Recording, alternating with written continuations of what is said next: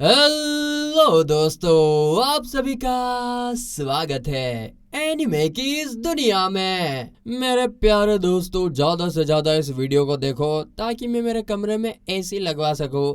इतनी गर्मी में रिकॉर्ड करके मेरे मुंह में छाले हो जाते हैं और फिर रिकॉर्ड करने में बड़ी कठिनाई होती है। तो कहानी की शुरुआत में हमें एक आदमी दिखाया जाता है जिसे देखते ही हम उसकी पावर और पावरफुल ताकत का अंदाजा हो जाता है। यह आदमी अपनी पूरी दुनिया का सबसे पावरफुल और बेरहम राजा होता है जिसका नाम किंग ग्रे होता है। हम देखते हैं कि ग्रे ने राजा बनने के लिए कितने ही लोगों का खून बहाया है और कितने ही मासूम लोगों को तो अपनी पावरफुल मिसाइल और वेपन का यूज करके कुछ ही सेकंड्स में मौत की नींद सुला दिया। मगर सबसे बड़ी बात तो यह है कि इतना कुछ करने के बाद भी उसके फेस पे कोई अफसोस या डर का नामो निशान तक नहीं था। हम देखते हैं कि किंग ग्रे अपनी कैसल से अपनी बनाई इस दुनिया को देख रहा होता है और उसकी हालत को देखकर यह भी समझ आ जाता है कि ये जो राजा है वो अपनी लाइफ के लास्ट स्टेज पर होता है, जहाँ वो अपनी पूरी लाइफ को याद करते हुए बोलता है कि शायद यही मेरा अंत है और साथ ही मेरे पापों का फल भी।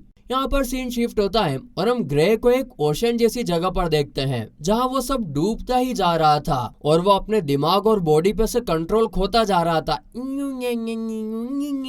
मगर तभी एक व्हाइट पंख उसकी आंखों के सामने आता है जो उसे बोलता है कि इस बार तुम लाइट को फॉलो करना। ग्रे को कुछ समझ नहीं आता है कि अभी ये सब हुआ क्या। सीन फिर से शिफ्ट होता है जहां हम देखते हैं एक औरत और एक आदमी को जिन्होंने अभी अभी एक नए बच्चे को जन्म दिया होता है। मगर हैरानी की बात ये होती है कि ये बच्चा कोई और नहीं बल्कि किंग ग्रे ही होता है जिसका फिर से पुनर्जन्म हुआ है। इस जन्म में इसकी मोम का नाम एलाइस और डैड का नाम रेनोल्ड्स होता है, जो कि काफी खुश होते हैं अपने बच्चे को देखकर। और साथ ही वो, पंडित जी इस बच्चे का नाम बताइए।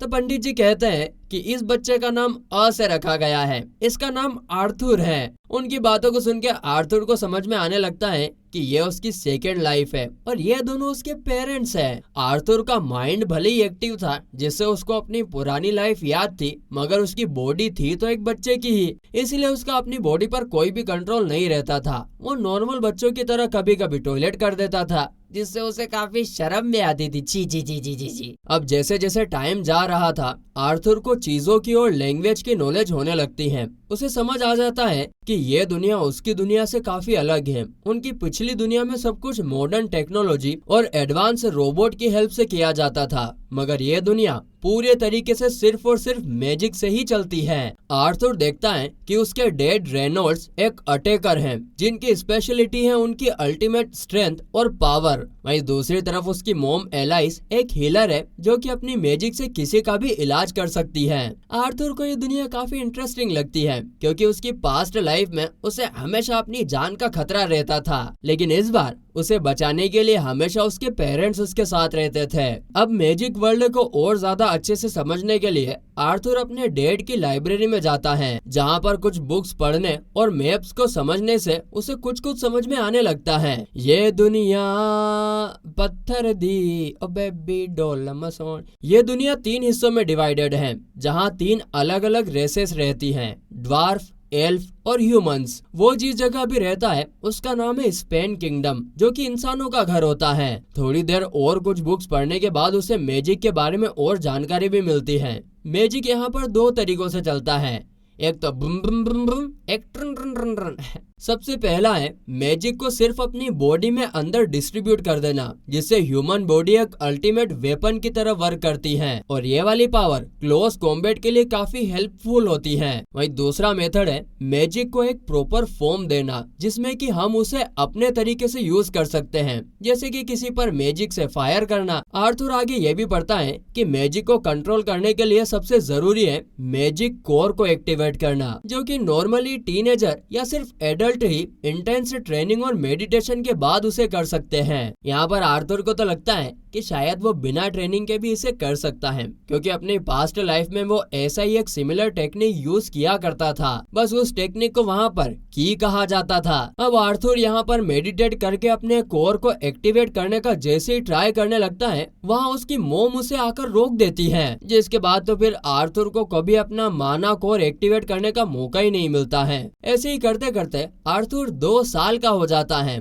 और अब वो अपने पैरों पर चलने भी लगा है। एलाइस को हमेशा ही आर्थर की चिंता सताती रहती है, क्योंकि रेनॉल्ड्स को जब भी मौका मिलता है वो आर्थर को वुडन स्वॉर्ड से प्रैक्टिस करवाया करता था और इससे एलाइस काफी गुस्सा हो जाया करते थे, क्योंकि वो नहीं चाहती थी कि मेरा राजा बेटा आर्थर अभी से ही ऐसे डेंजरस काम करे। आर्थर को इस नई दुनिया के बारे में जानना और ज्यादा पसंद आने लगा। उसकी मॉम जब कभी उसे मार्केट में घूमने ले जाती तो वो वहाँ की हर एक चीज को देखकर उससे कुछ सीखने की कोशिश किया करता था, जैसे कि मैजिकल वेपन्स, जेम्स, अलग अलग तरह की मैजिकल एबिलिटीज और भी काफी कुछ। मार्केट से घूम के आने के बाद आर्थर काफी थक जाता है और अपनी मॉम के शोल्डर पे ही सर रख के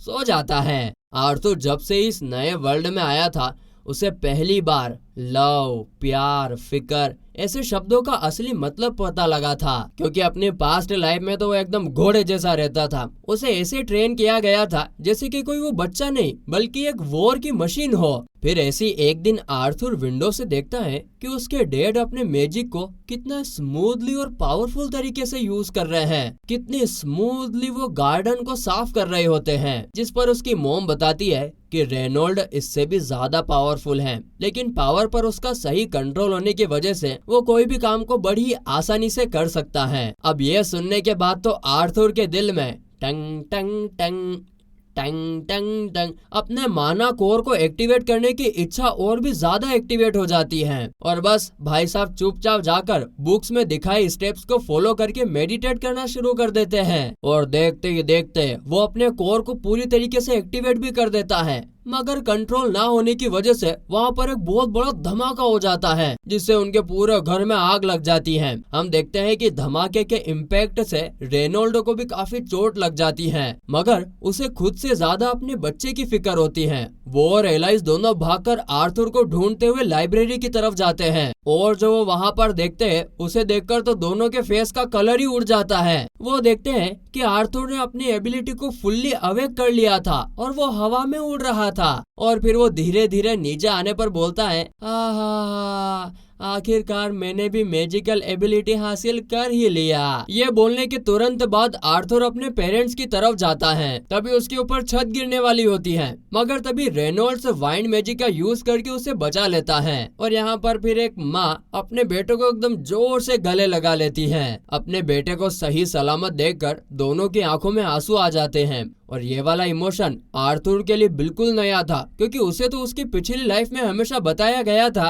कि पावर ही सब कुछ होती है और इसके लिए जो भी कुछ करना पड़े वो करते रहो। लेकिन यहाँ पर अपने पेरेंट्स को रोते हुए देखकर इस बार आर्थर भी बुरी तरीके से रोने लगता है और अपनी माँ की गोद में जाकर रोने लगता है। इसके बाद वो भगवान का शुक्रिया भी अदा करता है कि उसे यह नई और प्यार भरी जिंदगी दी उन्होंने। इसके बाद अगले सीन में किंग ग्रे की पुरानी जिंदगी के कुछ सीन को हम देखते हैं, जहाँ पर एक आदमी के छोटे से क्राइम के लिए किंग ने उसकी पूरी फैमिली को ही मार दिया था। और बड़ी बात ये नहीं है, बड़ी बात तो ये है कि ये सब करने के बाद भी किंग के फेस पे बिल्कुल भी अफसोस नहीं था। हाँ मार दिया तो मार दिया। दूसरी जगह प्रेजेंट में अब आर्थर 4 साल का हो चुका था और साथ ही कभी कभी अपने डैड के साथ ट्रेनिंग भी किया करता था। ट्रेनिंग करते हुए रेनॉल्ड्स को पता लगता है कि उसके बेटे के पास बाकी बच्चों के मुकाबले कुछ ज्यादा ही टैलेंट होता है और अब ये सब देखते हुए रेनॉल्ड चाहता था कि वो लोग आर्थर को किसी प्रोफेशनल टीचर से मैजिक और फाइटिंग टेक्निक सिखाने के लिए भेजे। मगर जब वो ये बात एलाइस से करता है तो वो तो इसके बिल्कुल खिलाफ होती है। उसके हिसाब से आर्थर अभी भी बच्चा है और वो अपने बेटे को खुद से दूर करके किसी भी खतरे में नहीं डाल सकते। अब इस बारे में दोनों के बीच में काफी सारी लड़ाई होने के बाद यहाँ पर आर्थर खुद ही सजेस्ट करता है कि क्यों ना वो लोग अपना घर ही सिटी के साइड में शिफ्ट कर ले,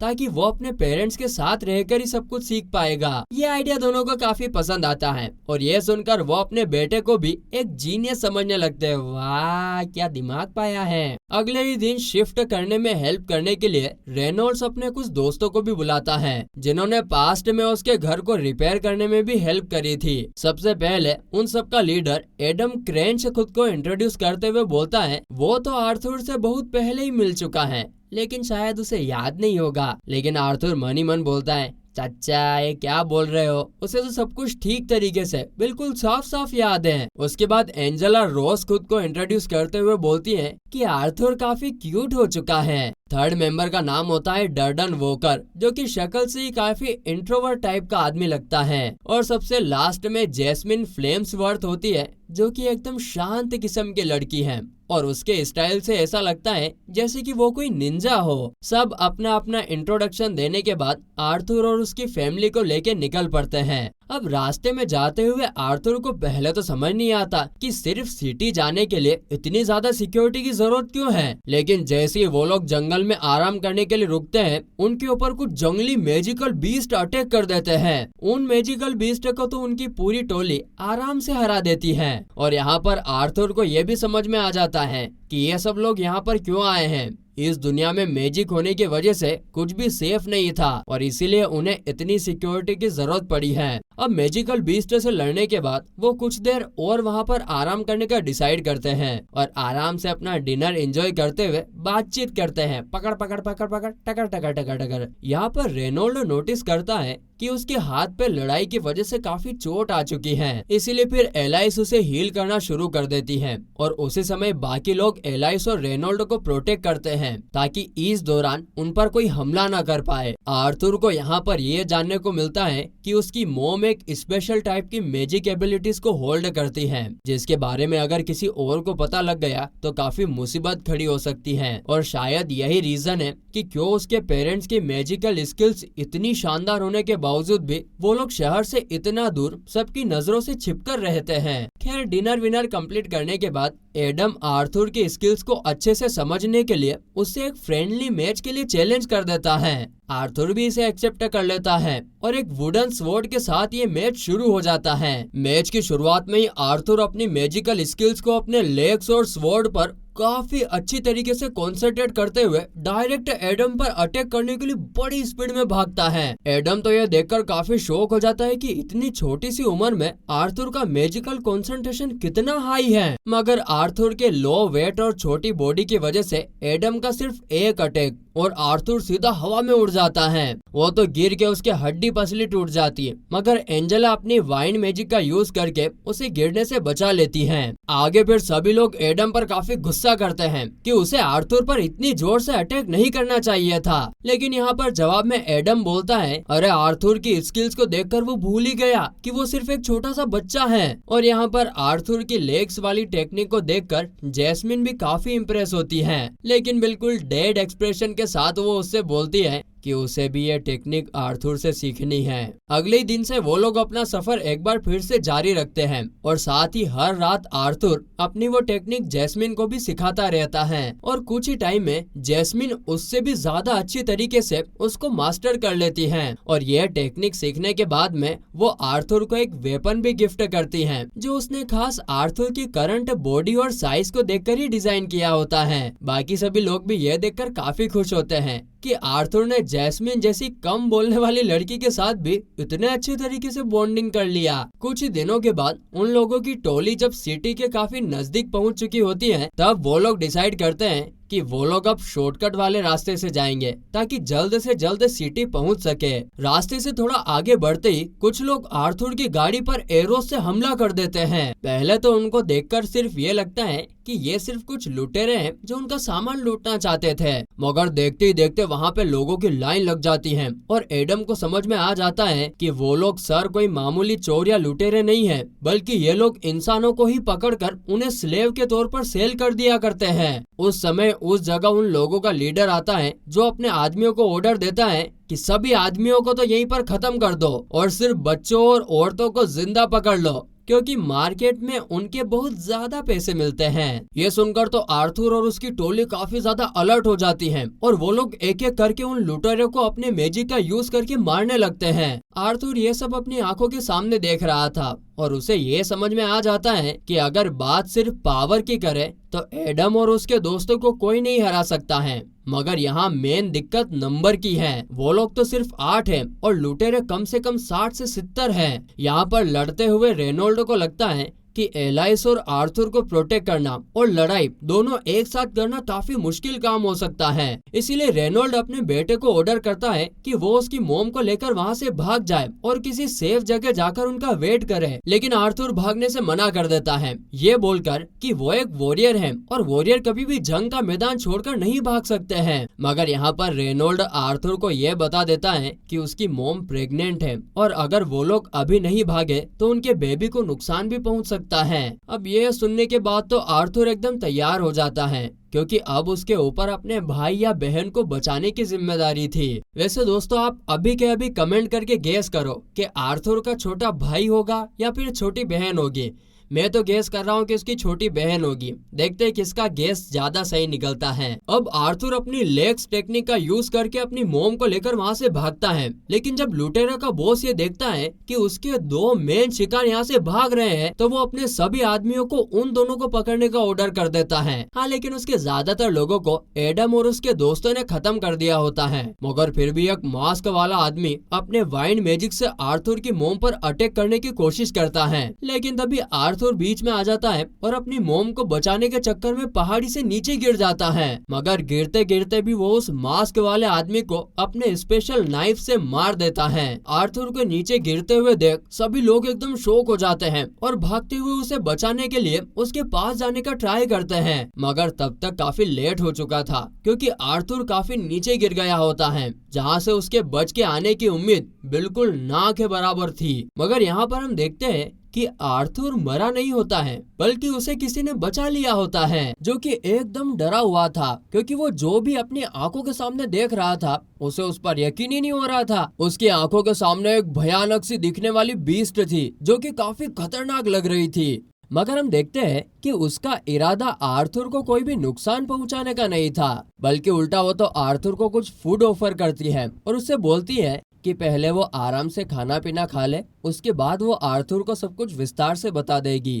खाना खाने के बाद वो बीस्ट बताती है कि उसका नाम सिल्विया है, जो कि एक मिथिकल मैजिक बीस्ट है और कुछ रीजन की वजह से वो इस केव को छोड़कर बाहर नहीं जा सकती है। यहाँ पर आर्थर अपने पेरेंट्स के बारे में पूछता है, उसे उनकी काफी चिंता हो रही थी, मगर सिल्विया बताती है कि उसके पेरेंट्स और दोस्त बिल्कुल ठीक है और सेफली लुटेरों से बचकर जा चुके हैं। यह सुनकर तो आर्थर की जान में जान आ जाती है और वो सिल्विया का शुक्रिया अदा करता है। आर्थर बोलता है कि उसे जल्द से जल्द उसके पेरेंट्स के पास जाना है, मगर सिल्विया बताती है कि आर्थर की हालत अभी ठीक नहीं है, इसीलिए उसे कुछ दिनों तक यहाँ रुककर आराम करना चाहिए और जब टाइम आएगा तब सिल्विया खुद आर्थर को उसके पेरेंट्स के पास भेज देगी। आर्थर भी सिल्विया की बात को मान जाता है और उसे सिल्विया से पता चलता है कि वो लोग इस वक्त एक हिडन मैजिकल फॉरेस्ट में है, जहाँ पर इस दुनिया का सबसे ताकतवर और खतरनाक जानवर रहते हैं और जिस हालत में अभी आर्थर है उस हालत में वो कभी भी जिंदा इस फॉरेस्ट को पार नहीं कर पाएगा। आर्थर काफी जल्दी रिकवर हो रहा था,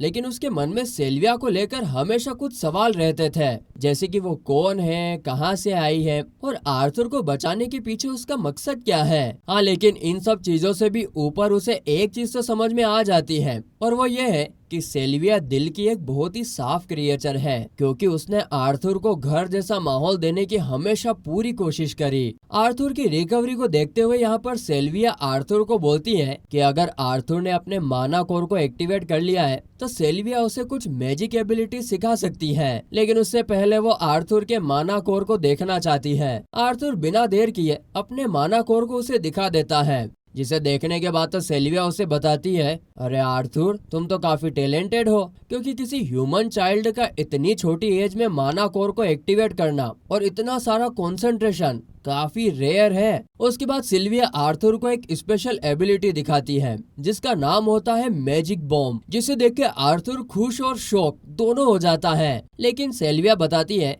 कि ये टेक्निक इंसानों के लिए सीखना काफी मुश्किल हो जाता है, क्योंकि मैजिक बॉम्ब को क्रिएट करने को उन्हें अपने माना को हाथ में सिर्फ एक पॉइंट पर कंसंट्रेट करना होता है। लेकिन अगर आर्थर चाहे तो सिल्विया उसे सिखा सकती है। यहाँ पर आर्थर बिना कुछ सोचे बोल देता है, हाँ मुझे सीखना है। मगर उससे पहले सिल्विया आर्थर से पूछती है कि वो ये टेक्निक सीखकर वैसे करेगा क्या। लेकिन जब इसके जवाब में आर्थर बोलता है कि वो उन लोगों से बदला लेगा जिन्होंने उसके पेरेंट्स को दुख दिया है। तो सिल्विया उसके सर पर धीरे से टपली मार देती है और उसे समझाती है कि आर्थर की सोच बिल्कुल भी ठीक नहीं है, इसीलिए वो उसे ये टेक्निक बिल्कुल नहीं सिखाएगी। आर्थर को समझ नहीं आता कि उसने कहाँ क्या गलत बोल दिया, क्योंकि उसकी पास्ट लाइफ में उसने यही तो सीखा था कि जो भी नाश मिटा अपने से दुश्मनी करे उसका नाश कर दो। लेकिन फिर जब वो अपने इस लाइफ में एक्सपीरियंस को याद करता है कि कैसे उसके पेरेंट्स और उसके दोस्त उसकी केयर करते हैं, और सिल्विया जो कि इतनी स्ट्रोंग है कि आर्थर को सिर्फ 1 सेकंड में ही खत्म कर सकती है,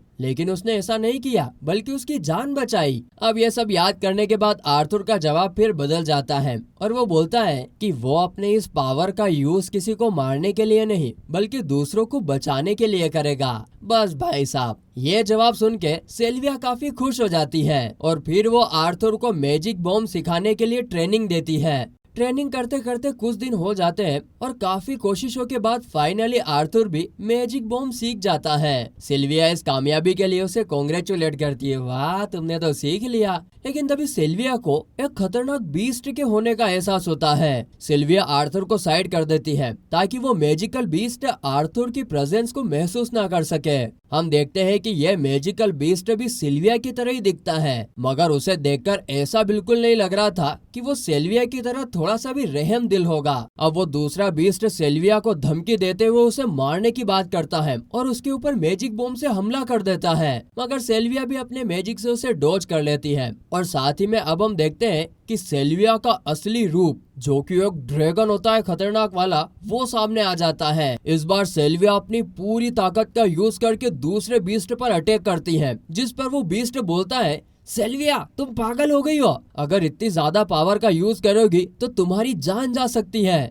मगर सिल्विया बोलती है कि उसे अपनी लाइफ में काफी चीजों का अफसोस है, लेकिन अभी उसकी जिंदगी के आखिरी कुछ पल उसकी जिंदगी के सबसे यादगार पल थे। यह बोलकर सिल्विया अपने अटैक से बीस्ट को थोड़ी देर के लिए भटका देती है और साथ ही मैजिक का यूज करके टाइम भी फ्रीज कर देती है। अब यहाँ पर सिल्विया आर्थर को बाहर आने को बोलती है।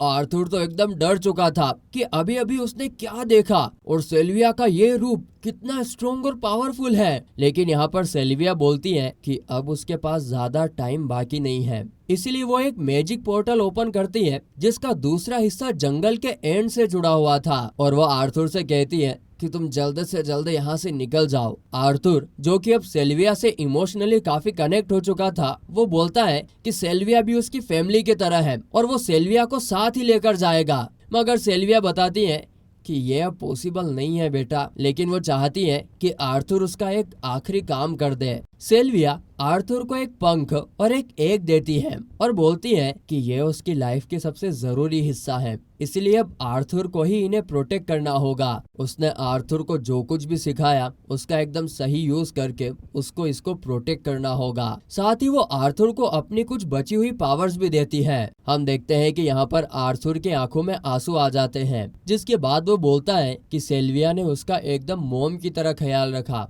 और क्योंकि सिल्विया एक ड्रैगन है इसलिए आज से सिल्विया आर्थर की ग्रैंड मदर हुई। ये सुनकर तो सिल्विया की आंखों में भी आंसू आ जाते हैं और वो आर्थर को एक लास्ट टाइम हग करके उसे पोर्टल के रास्ते बाहर भेज देती है। इधर केव में टाइम दोबारा शुरू हो जाता है और अब वो मैजिक बीस्ट सिल्विया पर अटैक करता है, जो सीधा जाकर सिल्विया को लगता है। अब बीस्ट को तो लगता है कि उसने सिल्विया को हरा दिया और वो बच गया, मगर ऐसा होता नहीं है। मरते मरते भी सिल्विया अपने लास्ट अटैक से उस बीस्ट के साथ पूरी केव को ही ब्लास्ट कर देती है। वहीं दूसरी तरफ आर्थर पोर्टल से होते हुए जंगल में आ जाता है, जहां सिल्विया को याद करके पहले तो वो कुछ देर रोता है, मगर फिर सिल्विया की सारी बातों को याद करके वो हिम्मत करता है और अपने मॉम डैड को ढूंढते हुए आगे बढ़ना शुरू कर देता है। जंगल में घूमते हुए आर्थर किसी के जोर से चिल्लाने की आवाज सुनता है। आवाज सुनते ही उसे ऐसा लगता है जैसे कि कोई बड़ी मुसीबत में है, और यही सोच के फिर आर्थर उस आवाज वाली डायरेक्शन में भागता है। अब थोड़ी देर ढूंढने के बाद आर्थर एक पेड़ के ऊपर छिपकर देखता है कि कुछ गुंडे एक लड़की को किडनैप कर रहे थे।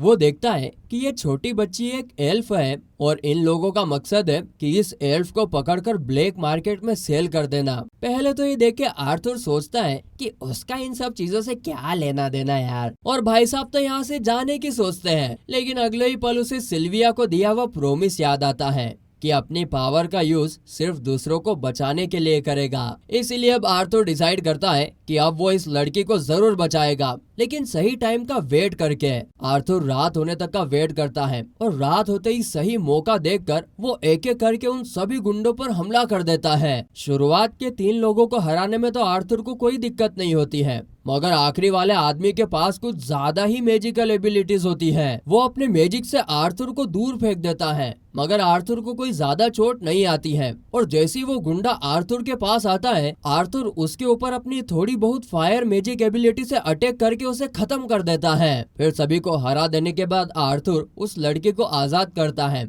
और उसे करीब से देखकर पहली नजर में आर्थर को ऐसा लगता है, पहली नजर में कैसा जादू कर दिया, तेरा बन बैठा है मेरा जिया, जाने क्या होगा क्या पता, इस दिल ओ जाने जा दोनों जा।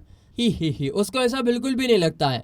उसको लगता है कि उसने इस लड़की को पहले भी कहीं देखा है, या तो अपनी इस लाइफ में या फिर अपनी पास्ट लाइफ में। थोड़ी देर में वो लड़की भी सारी सिचुएशन को समझ जाती है कि आर्थर ने ही उसकी जान बचाई है, और वो आर्थर के साथ काफी जल्दी कंफर्टेबल भी हो जाती है। वो लड़की आर्थर को बताती है कि वो इस जंगल में बिल्कुल अकेली है, और क्योंकि आर्थर ने उसकी जान बचाई है, इसीलिए अब ये आर्थर की ही जिम्मेदारी है कि वो उसे सही सलामत घर तक भी छोड़कर आए। लेकिन आर्थर को तो खुद ही अपने घर जाने की काफी जल्दी होती है, लेकिन लड़की के ज्यादा ही फोर्स करने पर कौन मना कर सकता है लड़की को।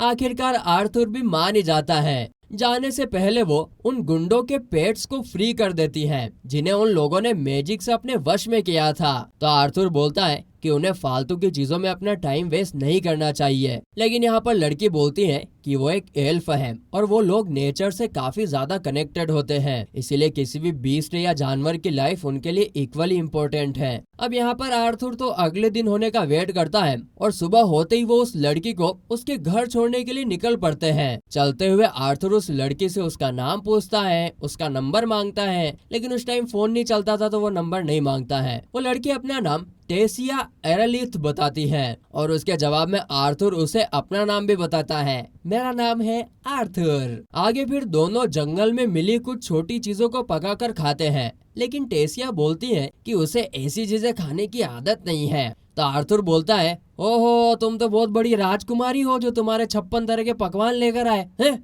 जिसके जवाब में वो लड़की कुछ नहीं बोलती है। इसके बाद आर्थर को अपनी फैमिली की काफी याद आती है, इसीलिए वो उनके ख्यालों में खो जाता है। इसके बाद टेसिया उससे पूछती है कि वैसे आर्थर इस जंगल में क्या कर रहा है, वो भी इतनी छोटी सी उम्र में। आर्थर उसके सवालों का एक एक करके जवाब देता है कि कैसे वो सिटी की तरफ जा रहे थे और रास्ते में उस पर अटैक हुआ। आर्थर यहाँ पर उसे सेल्विया के बारे में छोड़कर बाकी सारी बातें बता देता है। अब यहाँ पर टेसिया को आर्थर के लिए काफी बुरा लगता है कि अब उसकी वजह से आर्थर को भी अपने घर जाने में लेट हो जाएगा। खैर इसके बाद आर्थर टेसिया से उसके बारे में पूछता है, जिस पर टेसिया बताती है कि वो लैंड ऑफ एलेनोयर में रहती है, जो कि सभी एल्फ का घर है, और टेसिया गलती से वहाँ से बाहर आ गई और उन गुंडों ने उसे पकड़ लिया। लंच हो जाने के बाद वो दोनों आगे बढ़ते हैं और टेसिया आर्थर को जुगनू दिखाती है, जो कि एलेनोयर किंगडम की शान है, और इन्हें ही पकड़ते हुए टेसिया भी जंगल से बाहर आ गई थी। फिर आगे रात के टाइम आर्थर एक टेंट लगाता है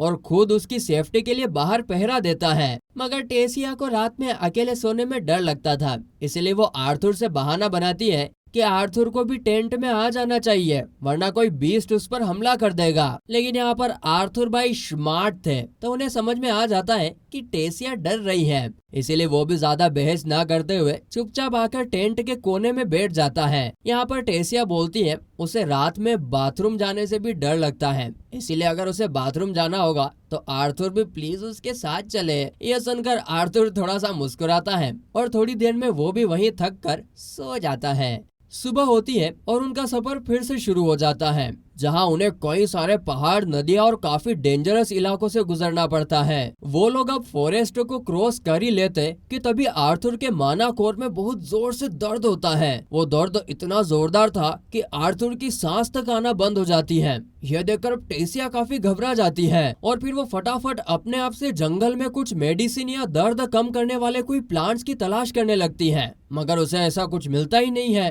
तभी यहाँ पर अचानक से हम देखते हैं कि एक बीस्ट जिसके मुंह में एक छोटा सा मरा हुआ जानवर है उनके सामने खड़ा होता है। यहाँ पर आर्थर टेसिया को दूर भाग जाने को बोलता है, मगर टेसिया उस बीस्ट से डरती नहीं है, बल्कि उसे देखकर वो याद करती है कि शायद ये तो वही बीस्ट है जिसे उन गुंडों ने अपने पास मैजिक से गुलाम बना लिया था, और अभी यह उन्हें नुकसान पहुंचाने नहीं बल्कि आर्थर की बिगड़ी हुई हालत को देखते हुए कुछ खाने को लाया है। और ऐसा ही होता है। मीट को वहाँ पर रखने के बाद वो बीस्ट वहाँ से वापस जंगल में आ जाता है और टेसिया उसे थैंक्स बोलती है। और बेचारा आर्थर को तो समझ ही नहीं आ रहा था कि वो क्या बोले, क्योंकि इन बीते कुछ दिनों में सिर्फ इंसान तो इंसान बल्कि जानवरों से भी उसने इतना प्यार देख लिया था जितना अपनी पास्ट लाइफ में उसने सोचा भी नहीं था। खैर ये सब कुछ होने के बाद वो दोनों एक रात और आराम करते हैं और अगले दिन फिर से अपने सफर को शुरू करते हैं। मगर आज भी आर्थर के कोर का दर्द पूरी तरीके से खत्म नहीं हुआ था, बल्कि सिर्फ कम हुआ था। टेसिया यहाँ पर आर्थर की हालत को लेकर थोड़ी परेशान थी, मगर तभी वो अपने सामने एक चमकता हुआ गेट देखती है जो कि एक ट्री के अंदर था।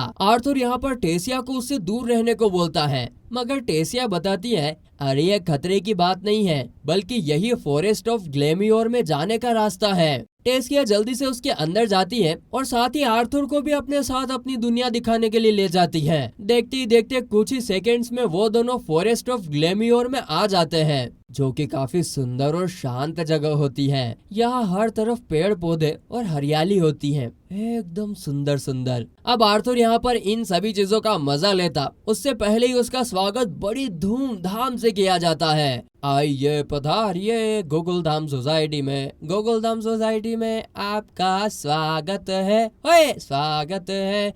जेठालाल ऐसे खत्म करता है ना दया को। तभी हम देखते हैं कि वहाँ पर कुछ गार्ड्स आते हैं और आर्थर को जोर से पकड़कर नीचे गिरा देते हैं, जैसे कि उसने कोई सीरियस क्राइम किया हो। आर्थर ये सब देखकर टेसिया को देखता है ये क्या है, लेकिन उस लड़की के फेस एक्सप्रेशन को देखकर आर्थर को यह लगता है कि जैसे वो यही चाहती थी कि आर्थर पकड़ा जाए और उसे सजा मिले। मगर तभी उस जगह के फॉर्मर किंग, जो कि काफी बूढ़े थे, वहाँ पर आ जाते हैं और गार्ड से आर्थर को छोड़ने के लिए बोलते हैं। गार्ड्स भी उनका ऑर्डर सुनते ही तुरंत ही आर्थर को छोड़ देते हैं। तभी टेसिया आर्थर के पास आती है और बड़े प्यार से पूछती है कि आर्थर को कहीं कोई चोट तो नहीं आई, जिसके बदले में आर्थर उससे बोलता है नहीं आई, वो बिल्कुल ठीक है। अब यहाँ पर वो बूढ़ा आदमी खुद को इंट्रोड्यूस करते हुए बोलता है कि मेरा नाम विरियोन एरालीथ है और मैं इस जगह का फॉर्मर किंग हूँ और इस वक्त मेरा बेटा इस जगह को संभाल रहा है। अभी वो इस जगह का किंग है। साथ ही मैं मेरी पोती को बचाने के लिए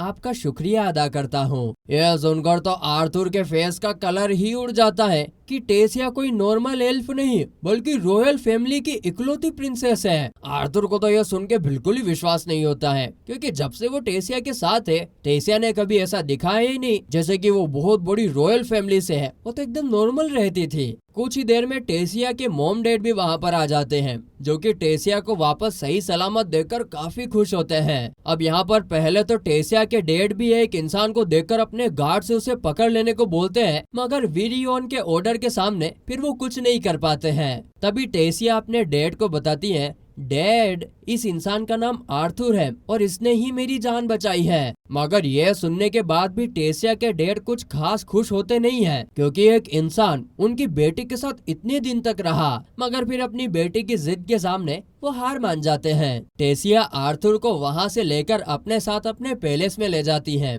जहाँ वो अपनी सभी मेट्स को ऑर्डर देती है कि मेरे इस दोस्त का नाम आर्थर है और आज से आप सभी को इसकी अच्छे से सेवा करनी है। अब प्रिंसेस के ऑर्डर को कोई मना नहीं करता और सब बस आर्थर की सेवा में लग जाते हैं। कुछ देर बाद टेसिया के डैड आर्थर और अपनी फैमिली के बाकी सभी मेंबर्स के साथ एक मीटिंग करते हैं, जिसमें वो खुद को और अपनी फैमिली को इंट्रोड्यूस करते हुए बोलते हैं कि मेरा नाम एडियम एरालीथ है और मैं इस किंगडम का राजा हूँ। साथ ही मेरी वाइफ का नाम मैरियल एरालीथ है, बाकी मेरे डैड से तो तुम पहले ही मिल चुके हो। उनका इंट्रोडक्शन सुनने के बाद आर्थर अपना इंट्रोडक्शन देता है और सारी बात बताता है कि कैसे वो अपने पेरेंट्स से अलग हुआ और कैसे वो टेसिया से मिला। सिर्फ वो सेल्विया वाली बात को छोड़कर उनको वो सारी बातें बता देता है। मगर ये सुनने के बाद कि इंसानों ने उनकी बेटी को किडनैप करने की कोशिश किया है, वो काफी गुस्सा हो जाते हैं और बोलते हैं कि सारे इंसान एक ही जैसे होते हैं। मगर यहाँ पर आर्थर बोलता है, ओ भाई साहब, अगर ऐसा होता ना तो उनकी बेटी आज सही सलामत नहीं होती। यह जवाब सुनकर वीरियन थोड़ा सा मुस्कुरा देता है और आर्थर से पूछता है कि क्या वो सच में इतना पावरफुल है कि इतनी कम एज में उसने 3-4 गुंडों को खुद ही हरा दिया। जिस पर आर्थर बोलता है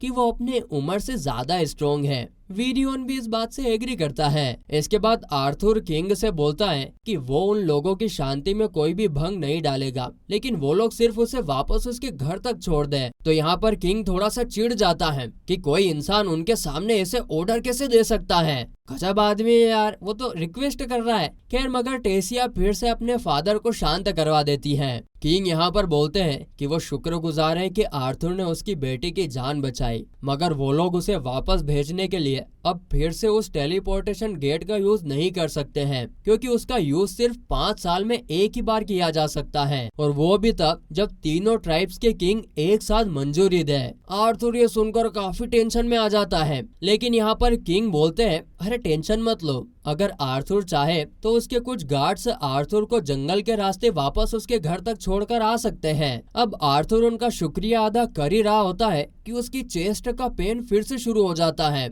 और वो अपने रूम में आराम करने चला जाता है। कुछ देर थोड़ा आराम करने और फ्रेश होने के बाद आर्थर बालकनी में आता है थोड़ी फ्रेश एयर लेने के लिए। बालकनी से वो टेसिया को उसके मॉम डैड के साथ देखता है, जो कि काफी खुश होते हैं। और ये सीन देखने के बाद आर्थर को अपने मॉम डैड की काफी याद आने लगती है और ये बात टेसिया भी नोटिस कर लेती है। तो फिर इसीलिए उसी वक्त टेसिया आर्थर से मिलने आती है और सबसे पहले वो आर्थर से माफी मांगती है, क्योंकि सबसे पहली बात तो उसने आर्थर से अपने प्रिंसेस होने की बात को छुपाया था। मगर आर्थर इसके जवाब में बोलता है कि वो समझ सकता है कि टेसिया का किसी भी स्ट्रेंजर को इतनी इम्पोर्टेंट बात बता देना काफी मुश्किल भरी बात हो जाती है। आगे आर्थर बोलता है कि वो टेसिया की वजह से उदास नहीं है, बल्कि उसे सिर्फ अपने मॉम और डैड की याद आ रही है। वो जल्द से जल्द उनसे मिलना चाहता है। तो इस पर टेसिया बोलती है कि तुम चिंता मत करो, तुम अपने पेरेंट्स से जल्द ही मिलोगे। और साथ ही आर्थर का मूड ठीक करने के लिए वो उसे कुछ जुगनों के साथ खेलने को बोलती है। आर्थर खेल ही रहा होता है कि तभी कोई चीज टेसिया की तरफ बड़ी जोर से आती है। उसे आर्थर एक ही हाथ से रोक लेता है और पूरी स्पीड से उस डायरेक्शन में जाता है जहाँ से वो चीज उड़ते हुए आई थी। और तभी वो देखता है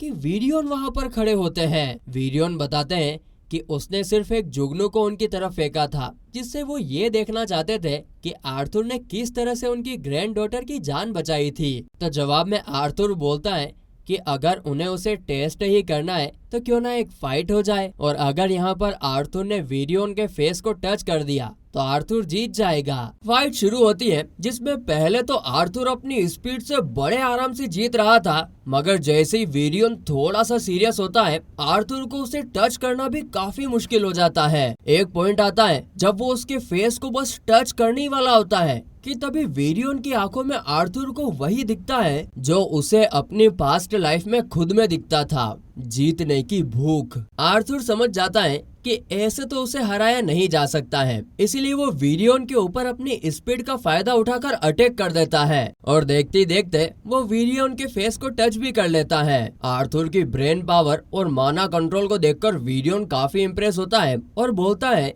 कि वो आर्थर को और अच्छे से ट्रेनिंग दे सकता है, लेकिन उसके लिए आर्थर को कुछ और दिन या फिर कुछ महीने भी यहाँ पर रहना पड़ सकता है। पहले तो आर्थर साफ साफ मना कर देता है कि नहीं, उसे जल्द से जल्द अपने पेरेंट्स से मिलना है यार। लेकिन इसके जवाब में वीरियन बोलता है कि अगर बात सिर्फ एक मैसेज पहुँचाने की है तो वीरियन किसी को जानता है जो आर्थर की बात उसके पेरेंट्स से करवा सकता है। ये सुन के तो आर्थर की आंखों में एक अलग ही तरह की खुशी होती है। इतनी खुशी तो मुझे आज तक नहीं हुई।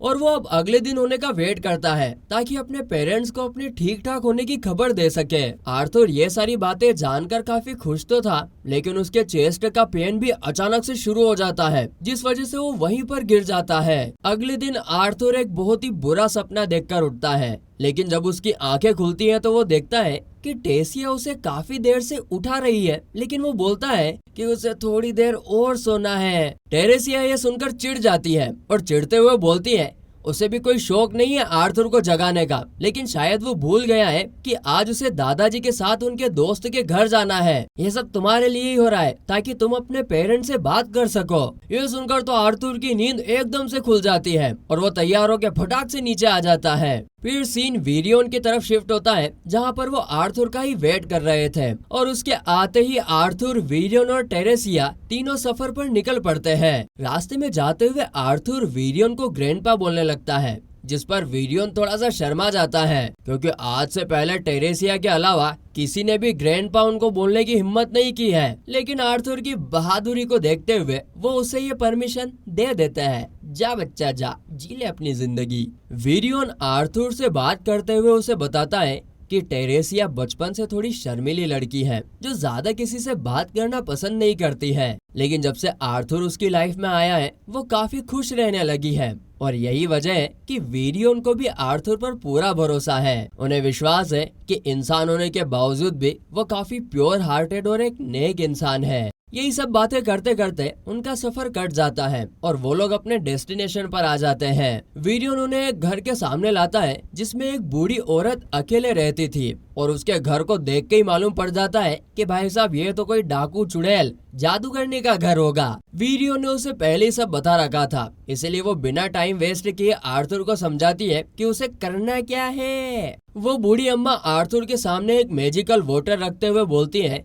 कि आर्थर को इस पानी में देखते हुए अपने पेरेंट्स को याद करना है, उनकी शक्ल, उनका कलर, उनकी आवाज, और जब वो ऐसा अच्छे से कर लेगा तब उसका उसके पेरेंट्स के साथ कनेक्शन बन जाएगा जिससे वो उनसे बात कर सकेगा।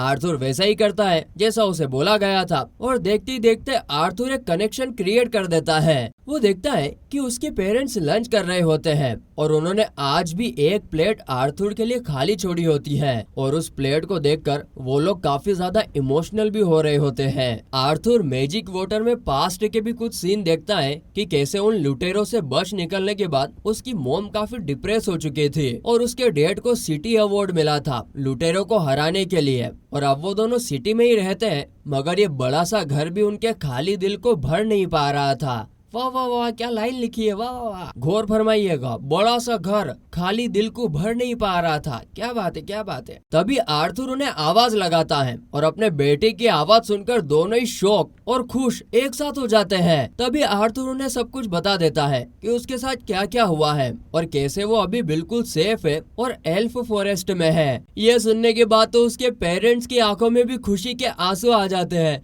इतनी खुशी मुझे आज तक नहीं हुई। आर्थर आगे उनको ये भी बताता है कि वो जल्द ही घर वापस आ जाएगा, लेकिन उससे पहले उसे कुछ दिन यहाँ रहकर ट्रेनिंग करनी है ताकि वो खुद को इतना स्ट्रॉन्ग बना सके कि फ्यूचर में अपने पेरेंट्स को प्रोटेक्ट करने में उसे कोई भी परेशानी न आए। इतना बात करने के बाद कनेक्शन टूट जाता है और आर्थर भी काफी रोने लगता है। खैर ये सब कुछ होने के बाद वो लोग वापस से महल में आ जाते हैं जहाँ पर टेरेसिया के डैड फिर से आर्थर की ट्रेनिंग के खिलाफ बोलते हैं, मगर इस बार टेरेसिया उन्हें अच्छे से समझा देती है कि वो उस आदमी की बेइज्जती करते रहते हैं जिसने उनकी बेटी की जान बचाई है। अब इस बात से एग्री करते हुए किंग आर्थर से माफी मांगते हुए उससे पिछली गलती के लिए भी माफी मांगते हैं और अब उसे पूरी आजादी देते हैं कि जो मर्जी हो वो करो, जाओ पुत्र। टेरेसिया बोलती है कि वो आर्थर को पूरा किंगडम घुमाना चाहती है और किंग भी इस बात की परमिशन दे देते हैं। टेरेसिया एकदम एक्साइटेड होकर आर्थर को किंगडम घुमाने ले जाती है, जहाँ पर कुछ देर घूमने के बाद एक एल्फ बॉय एल्ड्रिथ उनसे जानबूझकर टकरा जाता है, जो काफी घमंडी और अकड़ू किस्म का लड़का था, ऐसे टाइप का। वो आर्थर को काफी एटीट्यूड में बोलता है कि उस जैसा इंसानी बच्चा एक एल्फ के बीच में कैसे रह सकता है, उसे यह जगह छोड़ देनी चाहिए। मगर आर्थर इस बात का बिल्कुल भी बुरा नहीं मानता है, बल्कि वो तो उल्टा एल्ड्रिथ से ही मजे लेने लगता है कि वो तो एक एल्फ होने के बावजूद भी इंसानों जैसी बातें बोल रहा है। इस बात से एल्ड्रिथ गुस्से में आ जाता है और आर्थर को एक बैटल के लिए चैलेंज कर देता है। आर्थर भी चैलेंज को एक्सेप्ट कर लेता है, लेकिन हम देखते हैं कि मैच शुरू होने से पहले ही खत्म हो जाता है, जब आर्थर अपने सिर्फ एक ही पंच से एलरिथ को धूल चटा देता है। हम देखते हैं कि मार्केट में सभी लोग उन्हें घेर लेते हैं और उनके बारे में बातें करना शुरू कर देते हैं। इसलिए आर्थर टेरेसिया का हाथ पकड़ता है और जल्दी से वहाँ से भाग जाता है। इसके बाद वो दोनों फिर से अपने दिन को और ज्यादा अच्छे से एंजॉय करते हैं, खाते हैं, पीते हैं। फुल मौज मस्ती करने के बाद वो एक जगह आकर रुकते हैं। यहाँ पर आर्थर कुछ सोचने लगता है और तभी हमें एक फ्लैशबैक का सीन दिखाया जाता है, जहाँ पर वीरियन आर्थर को बता रहा होता है कि उसकी चेस्ट में जो ये पेन बार बार होता है वो इसलिए होता है क्योंकि शायद आर्थर ने किसी मैजिकल बीस्ट की पावर को एब्जॉर्ब कर लिया है और वो पावर इतनी पावरफुल है कि अब आर्थर की बॉडी उसे झेल नहीं पा रही है। इसीलिए अब आर्थर को मुश्किल ट्रेनिंग करके अपनी बॉडी को मजबूत बनाना होगा ताकि वो इस पावर को कंट्रोल कर सके।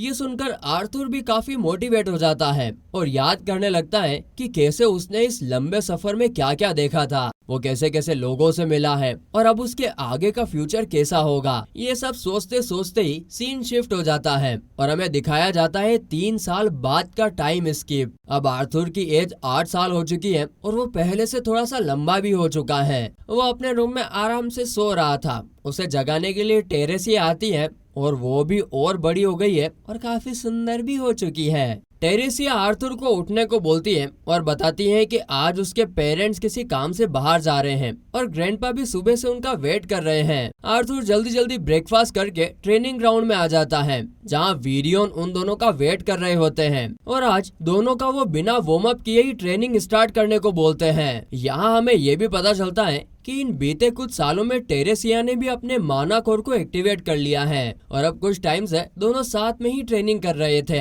आज की ट्रेनिंग खत्म होने के बाद वीरियन आर्थर को उसके मैजिक बैलेंस और एबिलिटीज को बनाए रखने को बोलते हैं, जिस पर टेरेसिया क्वेश्चन करती है कि फिर वो इतने टाइम से आर्थर की बॉडी क्यों ट्रेन कर रहे थे। वीरियन बताता है कि आर्थर की बॉडी पहले काफी वीक थी, इसीलिए पहले उसकी बॉडी को कैपेबल बना रहा था ताकि वो मैजिक को हैंडल कर सके। जिसके बाद वो आर्थर को मैजिक के बारे में बताते हैं कि एल्फ के पास वाइंड मैजिक होती है और ड्वार्फ के पास मेनली अर्थ और फायर, लेकिन एक इंसान अकेला होता है जिनके पास कोई भी मैजिक हो सकता है। कभी कभी तो चारों तरह के मैजिक भी होते हैं। आर्थर को सब कुछ समझा देने के बाद वीरियन उसके चेस्ट पर उसके मैजिक को अवेक करने के लिए अपने मैजिक से टच करता है, मगर आर्थर के अंदर की बेहिसाब पावर और खतरे को समझते हुए वो रुक जाते हैं। लेकिन इस चीज का परिणाम और नुकसान ये होता है कि वहाँ पर एक बहुत ही बड़ा ब्लास्ट होता है जिससे आर्थर भी बेहोश हो जाता है। फिर आर्थर को जब होश आता है तब वीरियन उसके साइड में होते हैं, जो उससे पूछते हैं कि क्या वो जानता है